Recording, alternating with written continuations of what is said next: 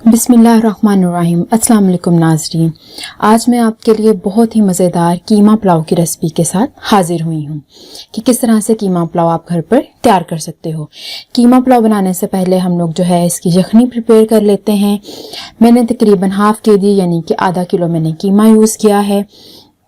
एक छोटी दरमियाने साइज़ की प्याज यूज़ की है मैंने। गरम मिक्स मसाला 1 टेबलस्पून यूज़ किया है। इसके अलावा मैंने 1 टेबलस्पून जो है वो सॉल्ट का यूज़ किया है और मैंने जो है लहसुन, साबुत जो लहसुन है उसके कुछ जवे यूज़ किए हैं।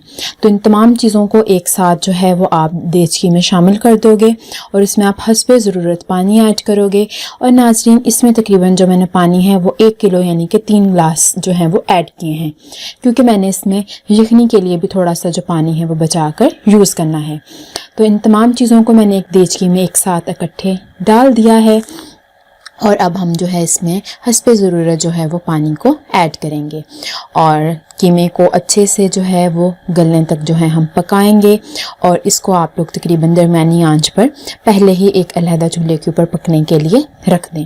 तो अब आप देख सकते हो कि तकरीबन जो मेरे पास कीमा था वो रेडी था और उसकी यखनी वाला जो पानी था वो भी रेडी था, वो मैंने सेपरेट कर लिया है।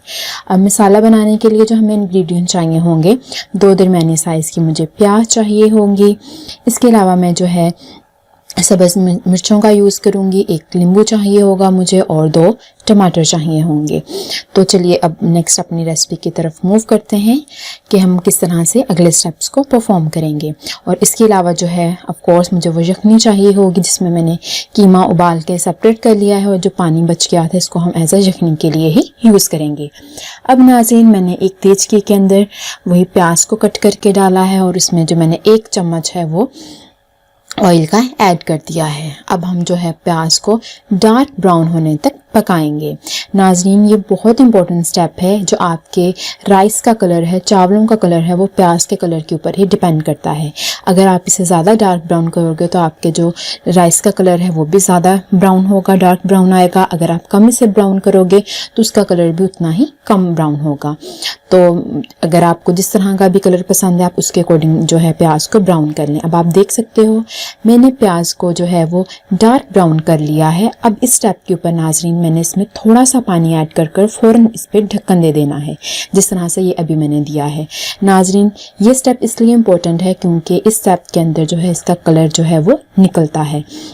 तो जब आप ढक्कन दे देते हो तो इसका कलर बाहर नहीं निकलता। अब नाज़रीन, इस स्टेप के ऊपर जो है मैंने वो जो टमाटर थे वो कट करके डाल दिए हैं और जो सब्ज़ मिर्चें हैं वो कट करके डाल दी हैं। अब चम्मच की मदद से हम इसको हिलाएंगे और इसको नरम होने तक पकाते जाएंगे। तो नाज़रीन, कोशिश कीजिए जिन स्टेप्स को जैसे जैसे मैं फ़ॉलो करती हूँ आप भी इन्हीं स्टेप्स को फ़ॉलो करते हुए अपनी रेसिपीज़ को ट्राई करें ताकि आपके डिलीशियस जो हैं डिशेस बनकर तैयार हों। और अब मैंने 2 टेबलस्पून इसमें सुरख मिर्च को ऐड किया है, 1 टेबलस्पून जो है वो मैंने नमक ऐड किया है। नाज़रीन, आप देख सकते हो कि यहाँ पे मैंने जो नमक है वो 1 टेबलस्पून यूज़ किया है क्योंकि मैंने 1 टेबलस्पून जो नमक था वो मैंने कीमे में भी यूज़ किया था। अब इस स्टेप के ऊपर नाज़रीन जो है मैंने कीमा ऐड कर दिया है। अब हम कीमे को थोड़ी देर के लिए भूनेंगे। अब आप देख सकते हो कि ये कितने अच्छे से भुन रहा है और हमारे पास जो है वो ऑयल भी सेपरेट हो रहा है। वैसे इस स्टेप के ऊपर अगर आप इसे रोटी के साथ भी ट्राई करना चाहें तो आप कर सकते हो। ये बहुत ही मज़ेदार जो है ये कीमा बनकर तैयार होता है। तो हम लोगों ने तो बेसिकली इसको राइस के लिए करना है। तो अब आप देख सकते हो कि कीमा जो है वो ऑयल सेपरेट हो रहा है। तो इस स्टेप के ऊपर नाज़रीन फिर जो है हम इसमें यखनी वाला पानी ऐड कर दूंगी और जो बाकी रिमेनिंग कसर रह जाएगी उसमें हम सादा पानी ऐड कर देंगे। अब आपने ये भी स्टेप बड़े अच्छे से नाज़रीन सुनना है कि अगर आपके पास 3 गिलास पानी है तो आप 6 गिलास ऐड करोगे, लेकिन मैंने 6 की बजाय 5.5 गिलास ऐड किए हैं क्योंकि मैंने चावलों को आधा घंटा पहले भिगो के रख दिया था। अगर आप आधा घंटा पहले भिगो देते हैं तो आप पानी का कम यूज़ कर सकते हो। ये एक इम्पोर्टेंट जो है वो टिप है, आप लाजमी से याद रखिएगा कि अगर आपने चावलों को ज़्यादा देर के लिए भिगोया है तो पानी की जो आपने मिकदार डालनी है वो थोड़ी कम डालनी है। अगर आप लोगों ने उसको कुछ मिनट पहले भिगोया है तो फिर अगर 3 गिलास चावल हैं तो आपने 6 गिलास, यानी कि आपको पता है कि आप उससे डबल क्वांटिटी जो है वो पानी की यूज़ करते हो। जैसे ही इसे एक उबाल आएगा तो मैं इसके अंदर जो है वो चावलों को भी ऐड कर दूंगी। इस स्टेप के ऊपर नाज़रीन जो मैंने वो नींबू यूज़ किया था उस लेमन को मैं काट के उसका रस इसमें निचोड़ दूंगी। तो इस तरह से अब देखो इसको उबाल आ चुका है। अब जो है मैं इसके अंदर चावल ऐड करूँगी। तो नाज़रीन आपने स्टेप के ऊपर इसे ज़्यादा हिलाना नहीं है चम्मच की मदद से, जस्ट एक दफ़ा हम इसे हिलाएंगे इसको इक्वलाइज़ करने के लिए। जैसे ही पानी थोड़ा इसमें से खुश्क होगा हम इसको दम पर रख देंगे। तो अब आप देख सकते हो कि पानी को उबाल आ चुका है और इस स्टेप के ऊपर आपने चावल जो थे मैंने वो भी सारे ऐड कर दिए हैं। अब जैसे ही पानी खुश्क होगा तो मैंने इसे दम पे रख देना है। तो ये देखो आप मैंने ये सारे राइस जो है ऐड कर चुकी हूँ इसके अंदर। अब हम जो है इसे दम वाली आंच पर रख देंगे।